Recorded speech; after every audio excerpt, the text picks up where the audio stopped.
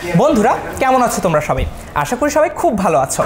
আমরা পড়ছিলাম বিখ্যাত শিশু সাহিত্যিক শিবরাম চক্রবর্তীর লেখা গুরুচণ্ডালী এই গল্পটির আগের ভিডিওতে আমরা জেনেছিলাম গণেশের বলা একটা লাইন, যেটা ছিল দুগ্ধ ফেননিভর শয্যায় আয়েশ সহকারে বসিল, এবং তোমাদের কাছে প্রশ্ন ছিল এই যে তার লাইনটা এটা কি ভুল নাকি সঠিক, অর্থাৎ এতে কি গুরুচণ্ডালী বিদ্যমান নাকি গুরুচণ্ডালী বিদ্যমান নয়। আমরা যদি এই লাইনটা পর্যালোচনা করি যে দুগ্ধ ফেননিভর শয্যায় আয়েশ সহকারে বসিল, তাহলে কিন্তু আমরা দেখতে পাবো যে লাইনটা কিন্তু আসলে সঠিক। তারপর আসো এটুকু অংশে লেখক কি বলছে সেটা জেনে নেওয়া যাক। কিংবা আরও বেশি সাধুতা করে, তার মানে আরেকটু আগ বাড়িয়ে আমরা বলতে পারি, কি বলতে পারে, নিরঞ্জন উঠে দাঁড়ায়। এবার তার পালা, সে উত্তর দিবে।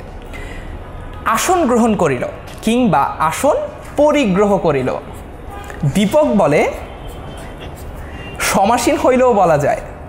এই শব্দের অর্থই কিন্তু বসা। তার মানে বন্ধুরা বুঝতেই পারছো এই যে শিক্ষার্থীরা এরা কিন্তু কেউ কারোর চেয়ে কম নয়।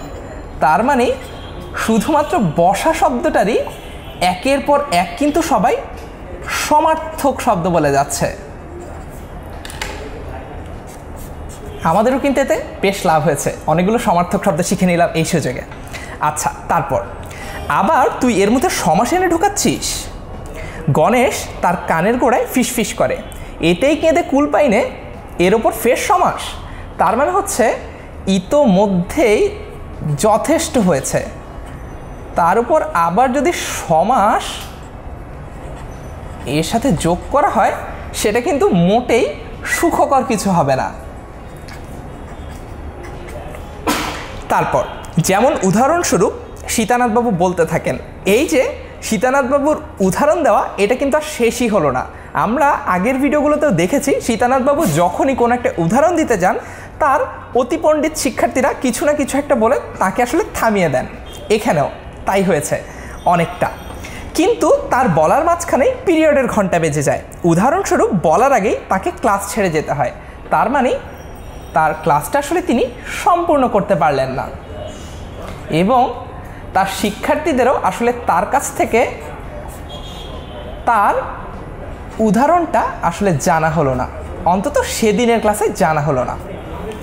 নিজের বক্তব্য আরেক দিনের জন্য রেখে সমস্ত প্রশ্নটাই আমূল মুলতুবি করে যান সীতানাথবাবু, তার মানে তিনি স্থগিত করে যান।